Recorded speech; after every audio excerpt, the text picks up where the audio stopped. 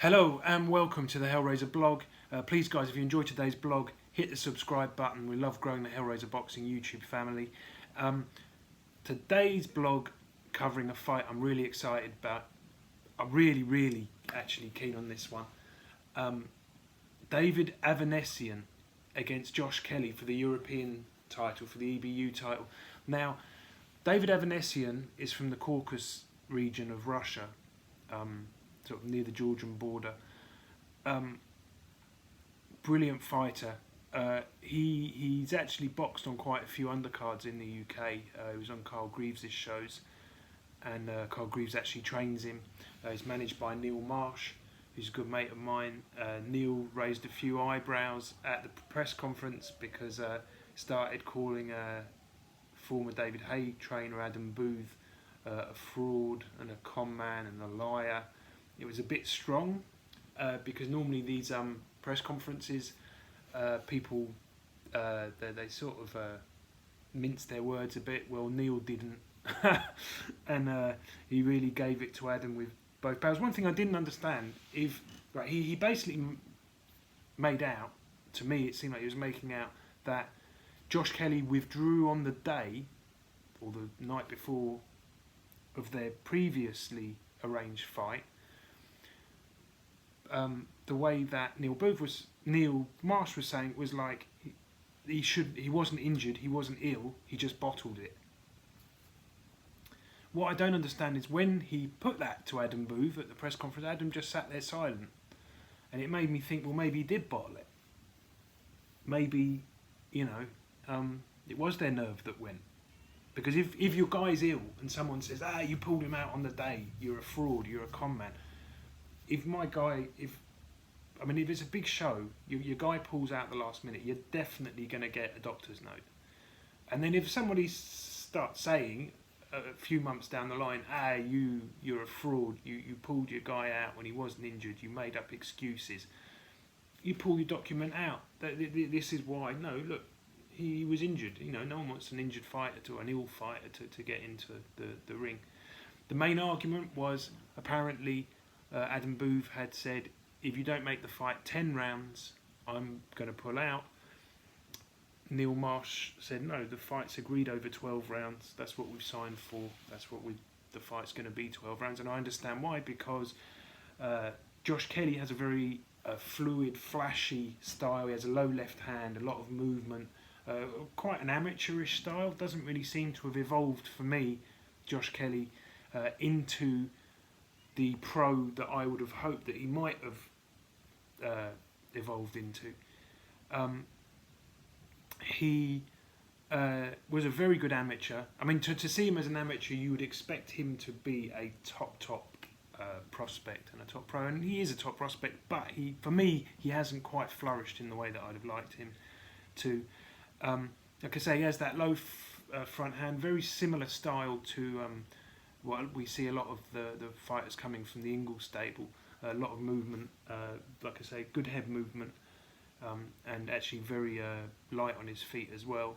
It doesn't sit down that much to have like a low centre of gravity because he moves so much. But his style is perfect for the amateurs, or near to perfect for the amateurs. Big difference going from 3 rounds to 12 rounds, and for me, Josh Kelly he's sort of been rushed a little bit into this fight because he's boxed at a low level. I mean, his previous fight against Winton Campos in America. Now, Campos has boxed primarily at light welterweight, so I thought, okay, that's a gimme. He's just going to walk through this guy and smash him. But the thing is, because whereas you get most guys after sort of, by the time they get to world class, most of them have had like 20 fights. David Avanesyan, for me, is world class. He's genuine world class. He is like right up there. I know he's got beaten a couple of times, but he is a world class fighter. Now, Josh Kelly, he is really rolling the dice for me. It's a massive gamble, and I understand why they had the argument about 12 rounds or 10 rounds, because Avanesyan is going to grind. I mean, I would not. There could be a big betting opportunity in this fight because I think for the in-play betting, because I think Josh Kelly will win the early rounds. I think after 4 rounds, I wouldn't be at all surprised if he's 4 rounds up, because he just has the style to outbox Avanesyan in the early rounds.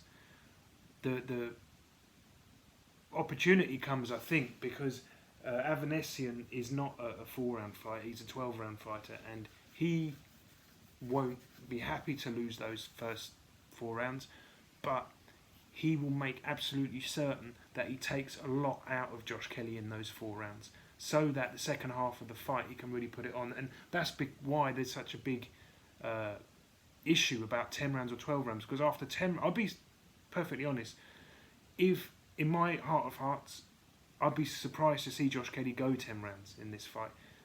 But if he does survive 10, and then you've got another 2, which he will have another 2 to go, it makes it even harder to get to the end.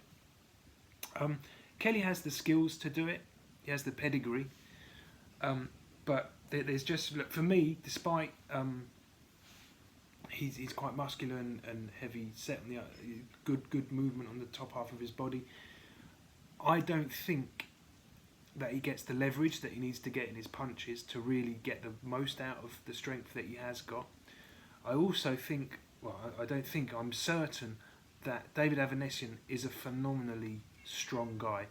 I mean, he literally went toe-to-toe with Lamont Peterson, who is a phenomenal... I mean, I'm certainly not going to allege anything, but you hear so many people in the US saying that Lamont Peterson, of course he's doping. He's definitely on the juice. He's doing... Right. And like I say, I'm not saying that he is. I'm just saying I've heard that of so many people.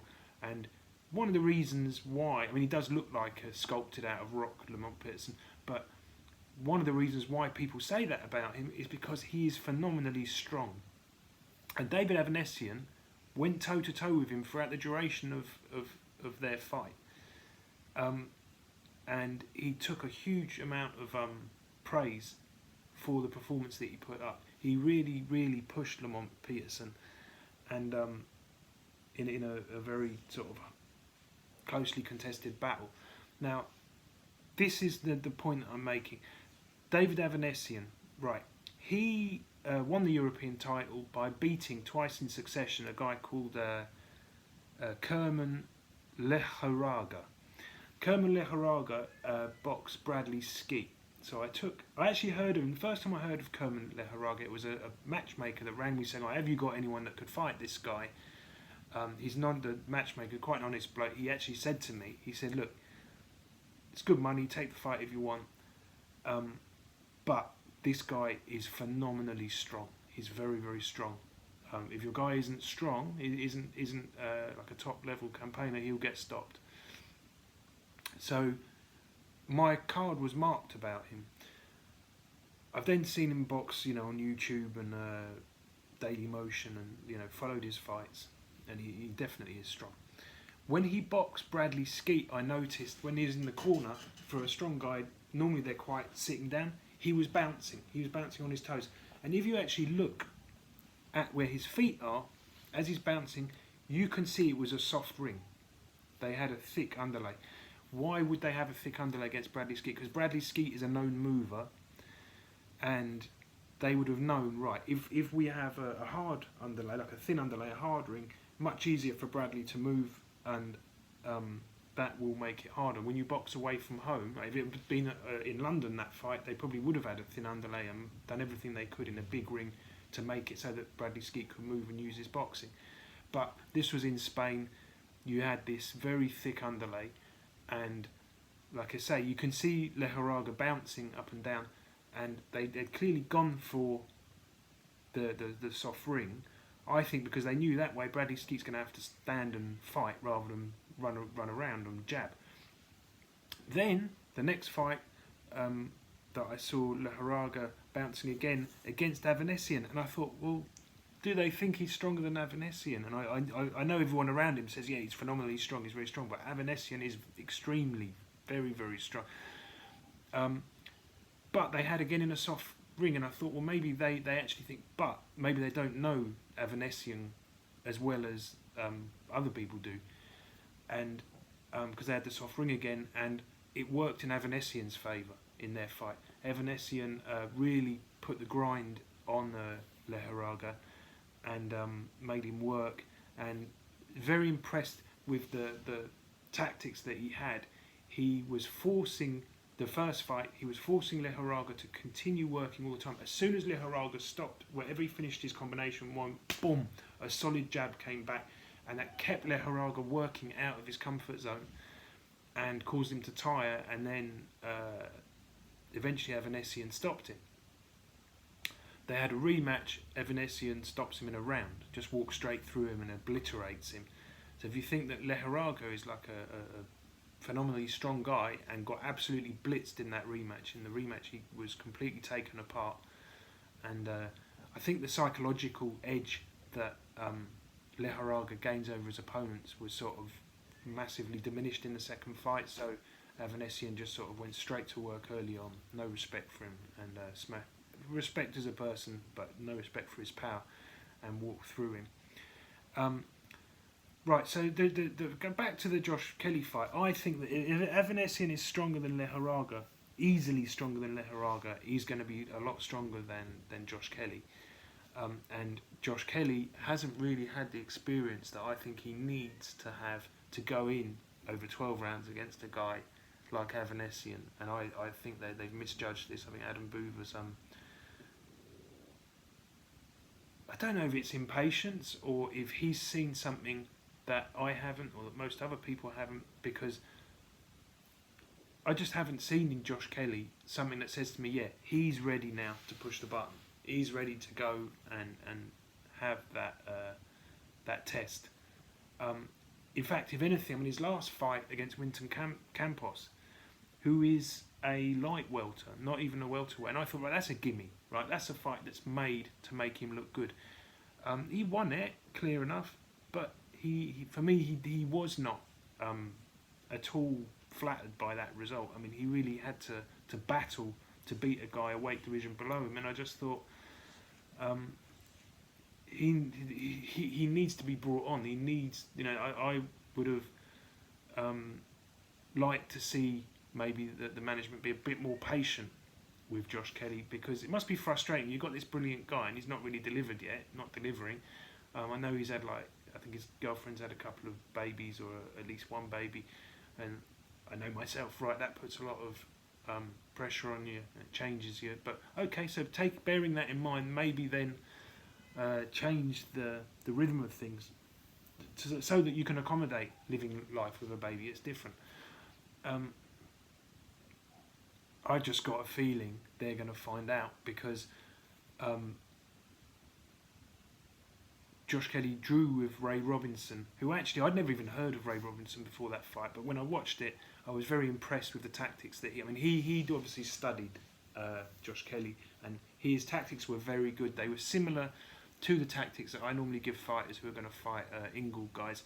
He went to the body a lot, was not trying to pot shot single punches to the head, get his feet in close, and I thought Ray Robinson in that fight really was very clever, boxed very intelligently. But Ray Robinson, impressive as he was on that night, is not a world-class campaigner, and he drew, and really I thought he won the fight. He sort of lost the first half of the fight. He definitely won the second half, and I thought he won the second half convincingly enough to take the decision. I would have just edged it to him.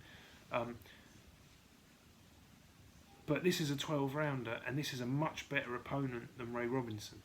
This is a guy that will really turn the screw before the halfway mark. He'll be sort of suffocating Josh Kelly, and that flashy low left hand. And also Kelly, I've noticed a lot of his punches, even inside, come round. He winds his punches up. Looks very flashy. Looks good against journeyman. But when you've got a very compact, economical, sturdy, fast... The first thing I noticed when I saw David Avanesyan box on one of Carl Greaves' shows, he countered with a right... The opponent was jabbing at him. I can't remember who it was. It was through a jab. And he was countering a jab with a right hand, which if you slip the jab, yes, you can counter it. But he wasn't slipping it. Right, David Avanesyan, he changed his feet. He's constantly changing the distance with his feet, forwards and back, effortlessly. He bends very well at the waist, and he's constantly feinting with his feet and moving forward and changing range all the time. So the opponent threw a jab. He just to the millimetre, he rode the jab and came back with a right hand over the top of the jab and caught him flush. And I thought, right, this guy is clearly a massive gulf above most of the fighters that we see on small boxing shows. And I wasn't wrong. He has since then he's proved himself.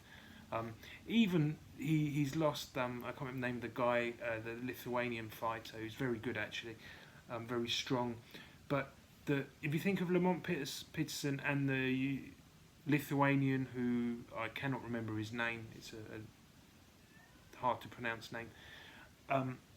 They both had exceptional power, and Josh Kelly does not have that, and that's why I think it's too early for him. I really wanted to see something from Josh Kelly that tells me, right, he's matured. He has hit that point where he's getting his leverage and his centre of gravity right. Because amateur boxing, a lot more movement. Pro boxing, less mobile over 12 rounds.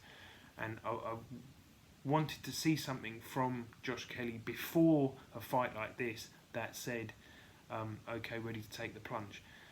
They're taking I think because of having pulled out and then having had a draw with a guy like Ray Robinson, now they're under a lot of pressure. I think now both Adam and Josh are probably in a point where people's belief in him will start to wane, where they have to probably accept fights that if he'd have progressed more smoothly, they wouldn't have to take. So now you've got a situation where he's fighting David Avanesyan, who, it's not an if or a maybe, it's a definite. He's going to absolutely smoke Josh Kelly out. He's going to cut the ring off. He's going to be smashing him up the body, coming through the middle. There's a lot of punch variety, David Avanesyan. And these two are going to be like evens or thereabouts, the pair of them. And I just don't see it as an even money fight. I see David Avanesyan as a massive favourite. I think probably a stoppage. Josh Kelly's got good movement, good defensive skills, so it would be possible for him to if he gets into trouble, to survive. But I just think a ring is a very small, lonely place when you're on the wrong end of someone that's pressuring you. And the thing is, David Avanesyan hasn't really taken beatings in his losses. It's not like he's shot worn and he's on the slide and he's on the way out. He's looked absolute mustard in his last couple of fights. He looks like he's in the form of his career. And it makes for a brilliant fight. I mean, Eddie Hearn got some stick off Neil Marsh as well, because I think Neil was sort of insinuating that Eddie was complicit in the sort of shenanigans that he was alleging that Adam Booth had been at. The thing is, that probably works in a way from Eddie's point of view, because Eddie's got to publicise a show, he's got to promote a show. He doesn't want a press conference where no one really says anything out of order. He needs people throwing tables for him. It doesn't need them throwing tables, but there is a side to when people throw tables, throw water, fight that works in the promoter's favour, because it brings more attention, and rather than everyone just sort of slapping each other on the back and telling them how much they respect each other, to have Neil Marsh in there saying you're a fraudster, you're a liar, I wouldn't like it, even if it did help my show to be called publicly that you're a liar and you're a fraud. But it's done now, that's where they are, and Eddie's show certainly got a lot more publicity and a lot more people talking about it thanks to Neil Marsh. Going to be a good fight. But anyway, remember, you heard it here first on the Hellraiser blog. I think Josh Kelly outboxes David Avanesyan for the first half of the fight. And I think Avanesyan comes back very strongly from about round 4, round 5, round 6 onwards. And I think he probably stops Josh Kelly.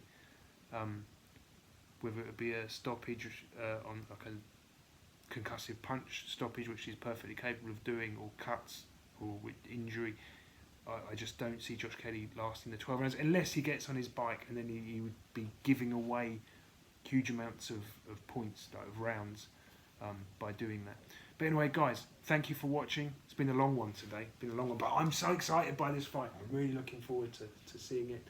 It'll be on Sky Sports, and enjoy the fight, guys. If you enjoyed the blog, please hit the subscribe button, and I always put my finger on a specific result, so I'm going to go with David Avanesyan by stoppage in the 9th round. You heard it here first. Thanks for watching, guys. See you again. Thanks. Bye bye.